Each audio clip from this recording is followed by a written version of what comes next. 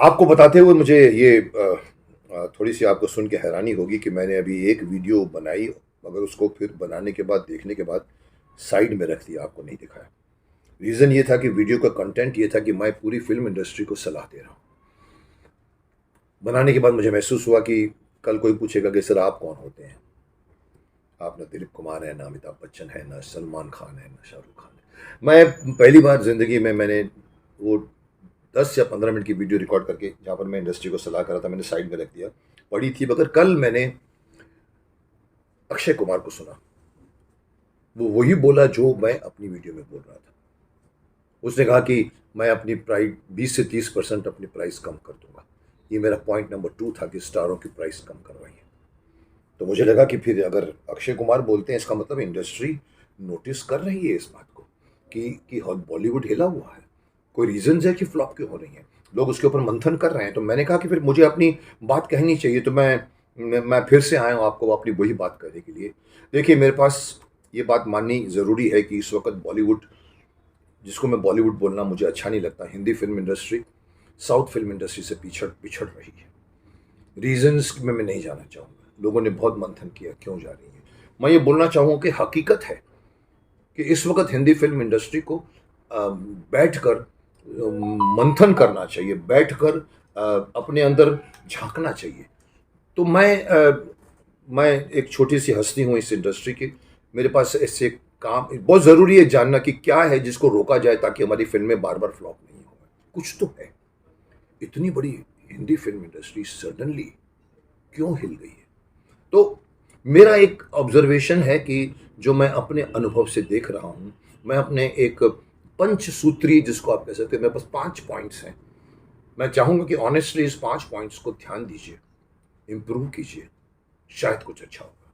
मैं कोई बहुत बड़ा ये समीक्षक नहीं हूँ इस फिल्म इंडस्ट्री का, लेकिन फिर भी आपको मालूम है कि मेरे अंदर से ऑनेस्टली जो बात निकलती है। मेरा पॉइंट नंबर, ये अक्षय का पॉइंट मेरा पॉइंट नंबर 2 था।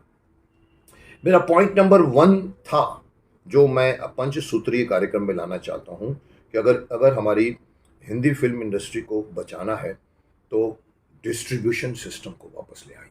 मैं बार बार ये बात पहले भी रिपीट कर चुका हूँ। कई लोगों को डिस्ट्रीब्यूशन सिस्टम नहीं समझ में आएगा। मैं इन शॉर्ट में बता दूंगा कि डिस्ट्रीब्यूटर क्यों चाहिए वापस, क्योंकि हमारा हर प्रोड्यूसर फिल्म बनाकर थक जाता है। रिलीज करने आता है तो वो इतनी उसकी एनर्जी खत्म हो चुकी होती है, उसको इतनी प्रमोशन करनी पड़ती है। जो हमारे टाइम पे जब डिस्ट्रीब्यूशन सिस्टम था तो ये नहीं होता था। डिस्ट्रीब्यूटर वो होता है, मैं चाहूंगा कि उन डिस्ट्रीब्यूटरों को मालूम है, आइए आगे, जिस दिन कोई नई फिल्म, चाहे छोटा प्रोड्यूसर चाहे बड़ा प्रोड्यूसर बना रहा हो, उसके जाके बोलिए सीपी बिरार मुझे दे दीजिए, मुझे ये पंजाब दे दीजिए, कोई बोलेगा मुझे बंगाल दे दीजिए, कोई साउथ टेरिटरी मांगता है। ऐसे ऐसे डिस्ट्रीब्यूटर की पूरी कॉम हुआ करती थी, जो अभी कहाँ लुप्त हो गई मुझे नहीं मालूम। अभी सिर्फ जी आता है, अभी सिर्फ ऑपरेटर्स आते हैं जो बाद में फिल्म को लेते हैं बनने के बाद। मैं चाहता हूँ वो डिस्ट्रीब्यूटर वो होता था जो ले लेता था फिल्म को अनाउंसमेंट के ऊपर कि एक्टर अच्छा है, इसमें स्टोरी अच्छी है, सुनते हैं, और वो उस टेरिटरी का एक दाम फिक्स हो जाता था। 50 लाख था उस जमाने में, आज तो 2 करोड़ हो जाता होगा। आप वो फिक्स कीजिए, दूसरा आदमी वो फिक्स करेगा, दूसरा डिस्ट्रीब्यूटर, तीसरा, चौथा।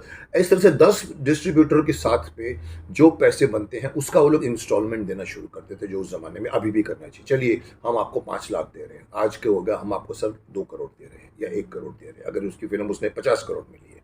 अब प्रोड्यूसर के पास पैसे आते हैं, जो बेचारा जाके वो मार्केट से इंटरेस्ट पे लेता है, दब जाता है उस पर। वो खत्म करिए। One of the biggest reason for this films industry not functioning properly, because distribution system is not functioning properly. मैं बार बार कहता हूँ उनको। तो पहला पॉइंट है कि वो फिर distributor through out the film की शूटिंग पर प्रमोशन करता रहता है। मेरी शूटिंग यहाँ हुई, स्टारडस्ट में छपता है था उस जमाने में, ब्लिट्स में छपता था उस जमाने में, स्क्रीन में छपता था। फिल्म के शूटिंग का एक कोई शॉट डाला जाता था, लोगों को मालूम है राजकुमार को लेकर फिल्म बन रही है, दिलीप कुमार को लेकर बन रही है, या मुकेश खन्ना को लेकर बन रही है।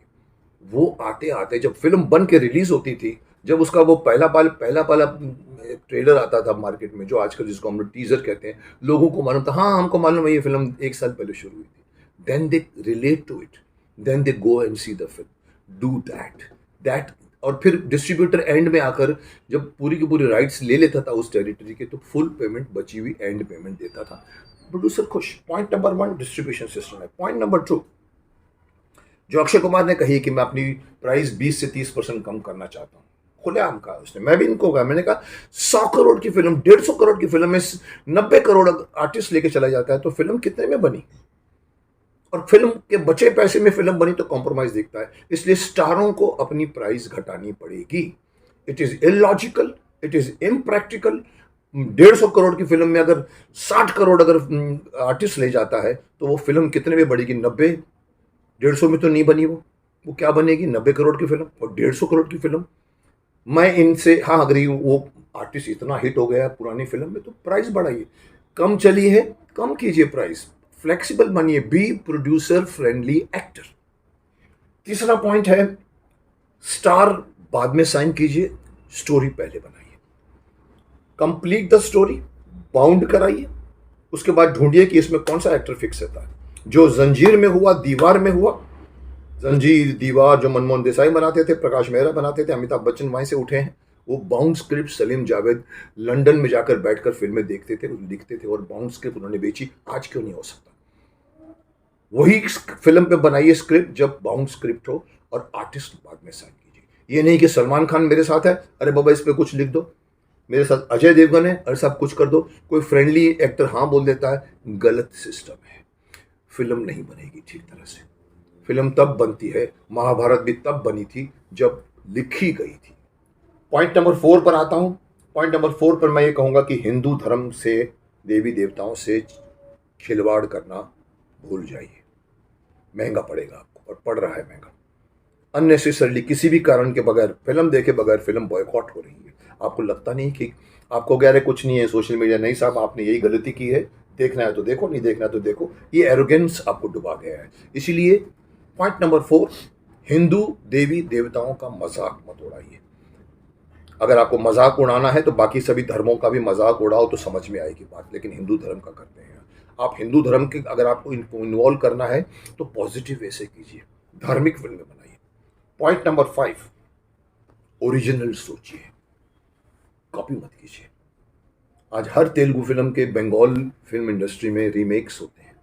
वो बंगाल जो सत्यजीत रे के टाइम पे ऐसी ओरिजिनल फिल्में बनाता था, आज वो तेलुगु फिल्मों के रीमेक कर रहे हैं जिसमें फाइट्स हो रही हैं जो उनसे मैच नहीं करता। आप ओरिजिनल सोचिए, जो कंतारा में सोचा गया है, बाहुबली में सोचा गया है, जो मैं समझता हूँ RRR में भी सोचा गया होगा, पुष्पा में भी सोचा गया होगा, कार्तिकेय में भी सोचा गया था।